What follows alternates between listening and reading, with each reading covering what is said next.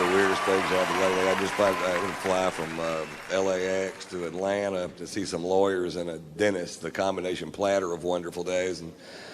And my plane was broken, and when my plane's broken, my friends do not give a shit. They're like, oh, poor baby. Is your plane broken? You have to take a commercial flight like every fucking buddy else. But it's not like it used to be, or either that or I'm losing touch, because I'm standing in line, I got a first class ticket, and I get up to the front of the line, and there isn't anybody there. It's just a kiosk with a computer terminal, and I'm not good at computers, and I don't want to touch this thing because it's got grease and dirt, and what I can only pray to Jesus is meringue.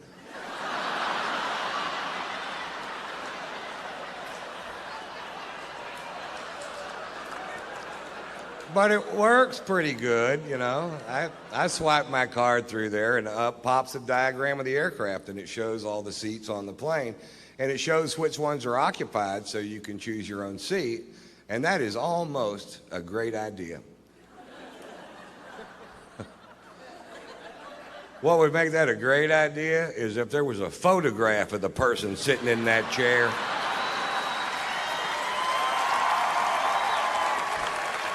And about a 5-minute bio clip telling you a little bit about them and what their breath smells like. Right? Because I picked my seat and I'm in first class, so as soon as I walk into the cabin, I can see my chair, and sitting right next to me is a big fat fuck. Now I know I'm heavy, but I'm not a big fat fuck. This guy was a big fat fuck, and part of him is in my chair. And I don't know if it's part of them I can sit on.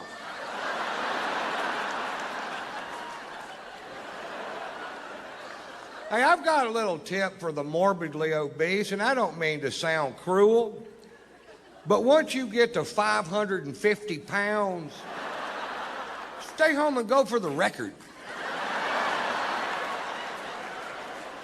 I'll sponsor you. Write tatersalad.com on your gut, and I'll send peaches over there. Peaches? Why wouldn't I send pizzas? I'll send peaches in a salad. But where would be the comedy, Mr. White? Oh, so you're all hung up about that, huh?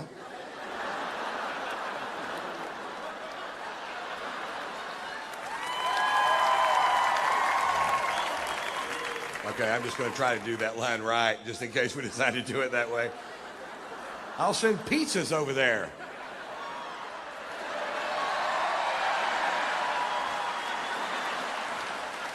Oh, that is funny. He said pizzas. Oh, Mr. White, boy, he's rich tonight.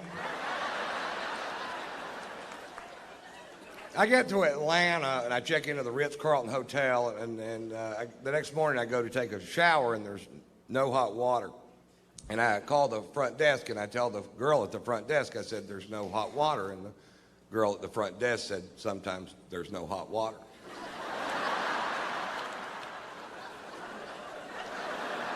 Didn't I just tell you that? I said, I've stayed in $20 a night motels where water was so hot you could cook your nuts with it. He goes, well, every once in a while, everybody will wake up at the same time, and they all take a shower at the same time, and we just run smack out of hot water. You guys didn't think about that. They thought about it at the Motel 6.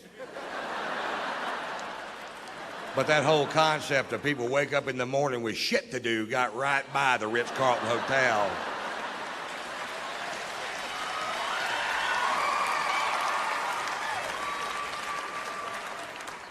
So I take a nice cold shower.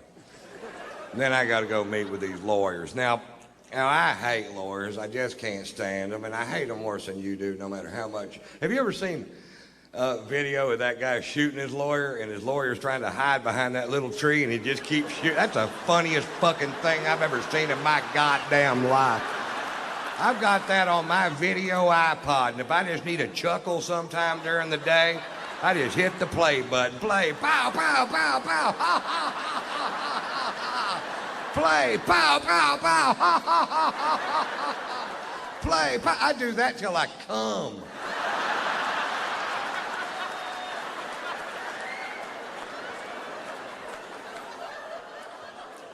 Then I got to go to the dentist. You see how my day's shaping up. Cold shower, lawyers, dentist. The trifecta of fucked up day. And I couldn't eat because of what I had to do there. So now it's 2:30 in the afternoon. Before I finish this story, will admit that I'm in a foul mood. My mouth is starting to hurt, and I haven't eaten all day. And I'm going to go eat lunch at this place called the Clubhouse. It's at Atlantic Square Mall in Buckhead. And I used to eat there all the time. I live in both cities, and I pull up. Now, all this out here used to be just regular parking, but now the whole thing is valet parking, so you can't just park your car and go get some food. You have to wait for this little prick in a little red truck to wake up. But he isn't going to wake up because he's got on headphones and mirrored sunglasses, and he's looking the other direction, watching these two girls walk down Peachtree Boulevard. And I can tell by the whole scenario that they're not going to be out of his line of sight for 20 minutes. There's nothing going to get in the way. So I'm like, fuck, do your job. And I decided, well, I'll just park the car myself. And the only space I saw was right next to his truck. And I'm going to park the car myself. And then once he sees I'm going to park the car myself, he jumps out of his truck and he gets militant. And he jumps in front of my Range Rover. And he puts his hands on the hood. And he goes, nobody parks their own car in this parking lot. I park the cars in this parking lot. Well, I rolled down my window and very politely said, get out of my fucking way.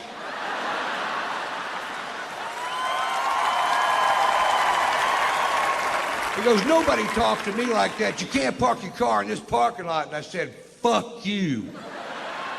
He goes, I'm calling the police. What's your first and last name? I said, it's fuck you. It's F-U-C-K, capital Y-O-U.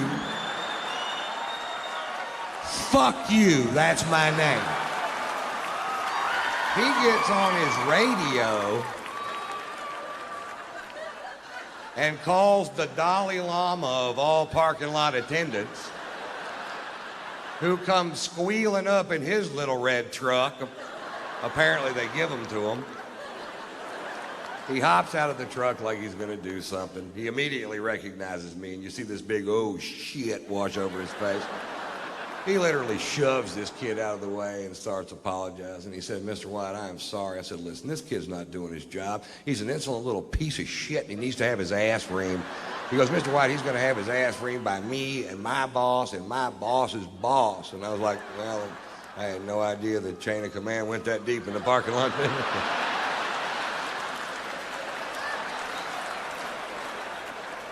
He said, Mr. White, let us take your Range Rover. We'll wash it for you. We'll fill it up with gas. We'll park it, no charge. I said, don't park it here. I don't want this little prick to key it. He said, we'll park it on the other side. And I said, fine. So I go have a nice lunch and take more pain pills. Getting a little better mood. Just had my gums scraped, you know. So I walk outside and my Range Rover is shining like a new penny, and I hop in and I fire it up and it's full of gas, and I could have left.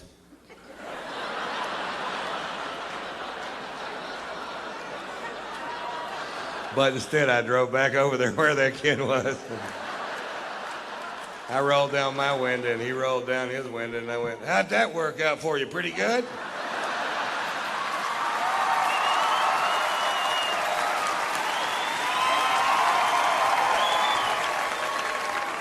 And here's the moral to that story. Don't fuck with me when I hadn't been drinking.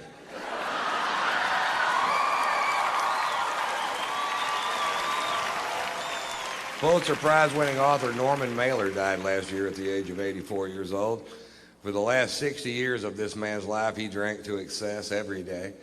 He was married 6 times. He smoked pot. He stabbed his second wife. And I've never read one of his books, but I got to tell you, I'm a huge fan.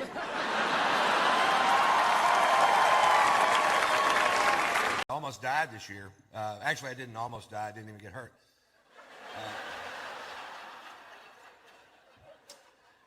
I was in a near-miss plane crash. We were making a movie, and I was flying from Flagstaff, Arizona to Phoenix, Arizona, because my manager doesn't own a Globe.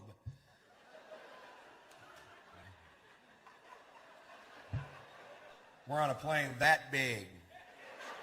It's like a pack of gum with 8 people in it.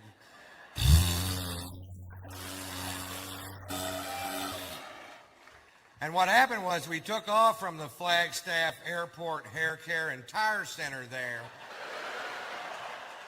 We're traveling at half the speed of smell. We got passed by a kite. There was a goose behind us and the pilot was screaming, "Go around!" We get halfway to Phoenix, we got to go back. It's a 9-minute flight. Can't pull it off with this equipment. We had engine trouble. We lost some oil pressure in one of the engines, and they told us about it over the speaker system of the plane, which was stupid because they could have just went, "Hey, we lost some oil pressure."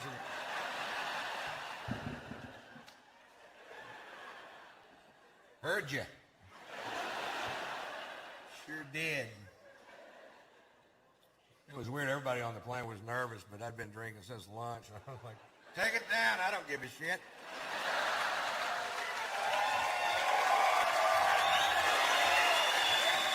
You ever have one of those days? Hit something hard. I don't want to limp away from this piece of shit. The guy sitting next to me is losing his mind. Apparently, he had a lot to live for. He goes, "Hey man, hey man, if one of these engines fails, how far will the other one take us?" "All the way to the scene of the crash."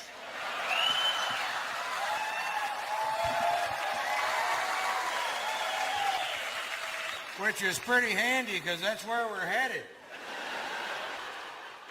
I bet we beat the paramedics there by a half hour. We're hauling ass.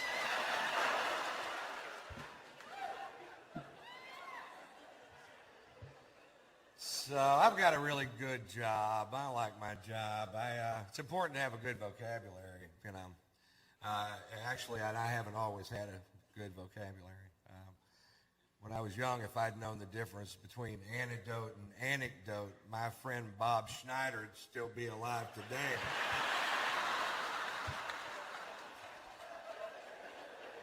He got bit by a copperhead. I'm reading him humorous stories out of Reader's Digest.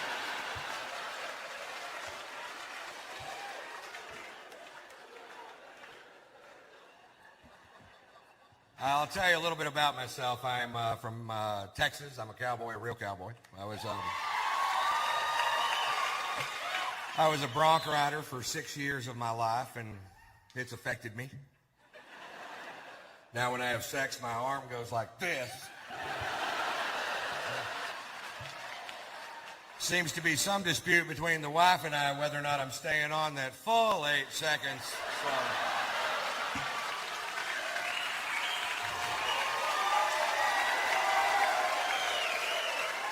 So we got the timer and buzzer and set it up right there in the bedroom, and I taught her the meaning of the phrase most of the time.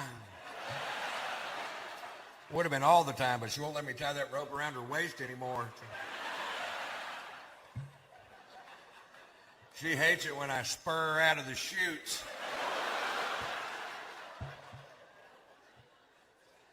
Hey, you laugh. It's not easy to keep an erection with a clown and a barrel in the corner of the room.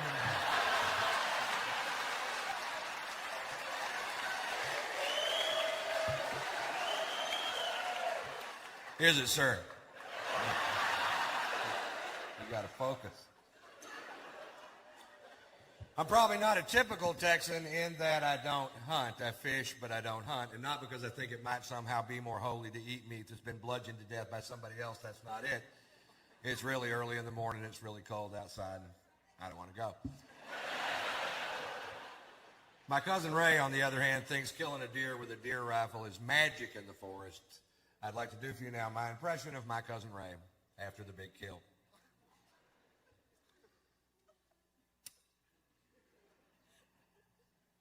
Hell, it was 4 in the morning. 22 degrees outside. Of course, you weren't there. Pussy.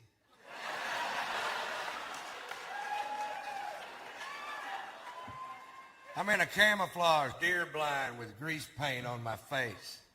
I've got deer urine on my boots. I'm not sure why. I made that part up. I got a 30-06 with a 12-power scope and a bullet that'll travel 2,200 feet per second. When that deer looked up to lick the salt sucker I'd hung from the danged old tree, caught him right above the eye. Like, yeah, well, I hit one with a van. Going 55 miles an hour with the headlights on and the horn blowing. Woo, that's an elusive little creature. If you ever miss one, it's because the bullet's moving too fast. Slow the bullet down to 55 miles an hour, put some headlights and a little horn on it. The deer will actually jump in front of the bullet.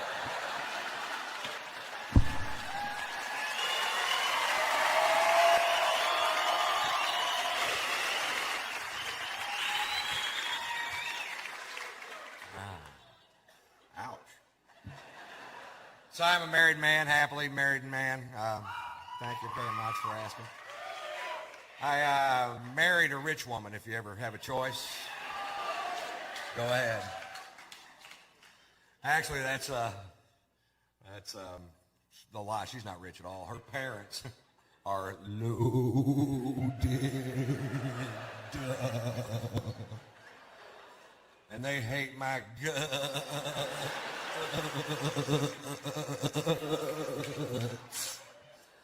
And I'm waiting for them to die. And you'll know if they die, too, because you'll never see my fat ass again. I'll be in Palm Beach with my new friends. Hand me a beer, Teddy. Servants rich. My in-laws have servants. Is that weird? I thought when I married their daughter, they'd send a servant along with us to help do all the shit they never taught her how to do. And I was wrong. We're now leaning on her domestic skills, and whoo, she's handy. I came up doing a show the other night. She goes, "Honey, the dryer's broken." I'm like, "Did you check the lint filter, sweetheart?" Sit down, honey, I'll check it. I open it up. Is there anything in there? There's a quilt in there.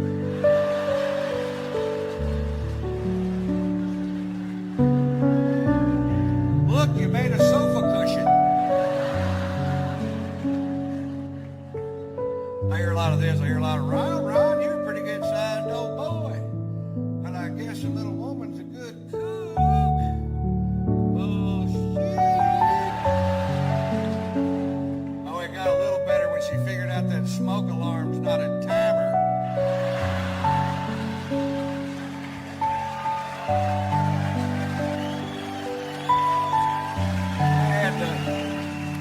I had to tell her, honey, the food is done before that particular buzzer goes off.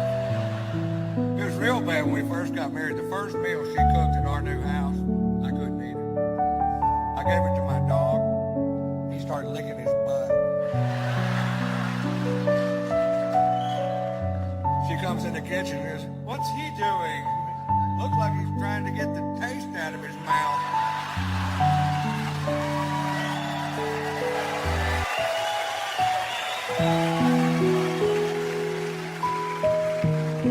Everything's an emergency to my wife because she never had to deal with her own problems. Spoiled, catered to her whole life. There's no cure, right, for that. I was in Atlanta one time. She calls me one night, misses me in the hotel room. They catch me in the lobby and tell me I have an emergency phone call from home. I knock over 10 people in the lobby of a very nice hotel thinking maybe my in-laws.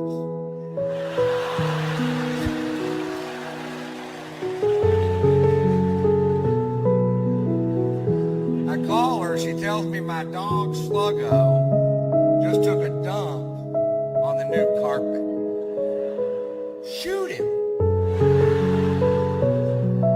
That's just like you, Ron. I have a genuine problem, and you're being sarcastic.